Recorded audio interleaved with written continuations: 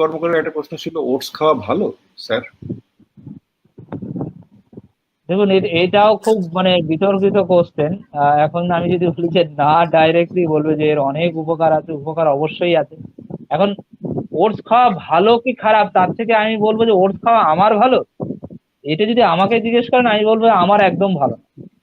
কারণ আমি genetically oats খাওয়ার জন্য মানে ছোটবেলা থেকে বা আমার পূর্বপুরুষ থেকে আমি অভ্যস্ত নই। আমি আমারটা বলতে পারি। এরপরে আপনারা নিশ্চয়ই বুঝতে পারছেন যে আমি কি বলতে চাই। ওটস ভালো জিনিস, সাবস্টিটিউট হিসাবে আপনি খেতেই পারেন রাইসের থেকে। আপনি যদি বিশেষভাবে কোনো প্রবলেম ফেস করেন, আপনার যদি শরীরে কোনো রোগ থাকে, যদি সাজেশন কেউ দেয়, ডাক্তারবাবুরা অনেক সময় বলেন যে ওটসই খান, এটাই সব থেকে ভালো, তাহলে আপনি খেতে পারেন। যদি আপনি কোনো রোগ না থাকে, স্পেসিফিক নিড না থাকে, তাহলে আপনি কেন ওটস খেতে যাবেন? ওটস হার্টের পক্ষে ভালো, এটা ডিজলভ ফাইবার বেশি থাকে, সেইটা যদি রিকোয়ারমেন্ট থাকে তাহলে ওটস খান।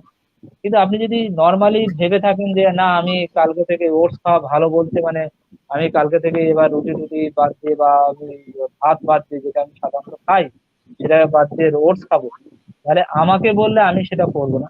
তার কারণ হচ্ছে যে ওই যে প্রথমে একবার আমি ওই যে আলোচনার মধ্যে বলেছিলাম যে জেনেটিক্যালি আমাদের খাদ্যাভ্যাসটা কিন্তু অনেকটা জেনেটিক্যালি আমাদের মধ্যে কি সহ্য হবে, কি ভালো কি খারাপ, সেটা একটা এক একটা জায়গার এক এক রকমের।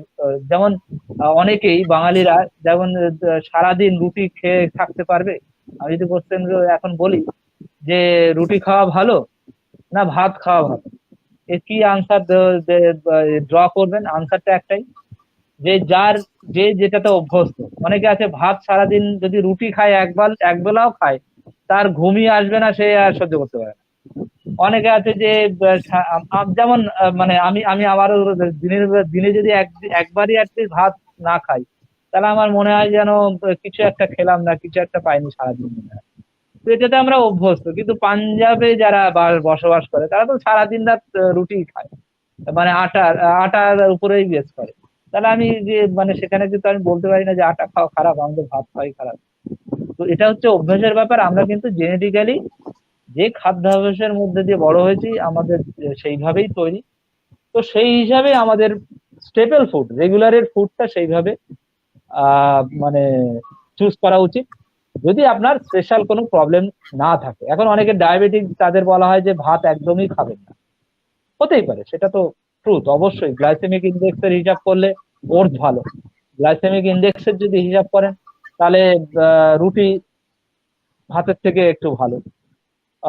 যদিও এখন সবাই বলছে কার্বোহাইড্রেট কন্টেন্ট, টোটাল ক্যালোরিটাই হচ্ছে ম্যাটার করে, শুধুমাত্র গ্লাইসেমিক ইন্ডেক্সটা ম্যাটার করে না। সেটা অনেকে যদি সেটাও ভেবে থাকে আমি গ্লাইসেমিক ইন্ডেক্স অনুযায়ী সবকিছু খাবো, কিন্তু সেটা ডায়াবেটিক পেশেন্ট হলে।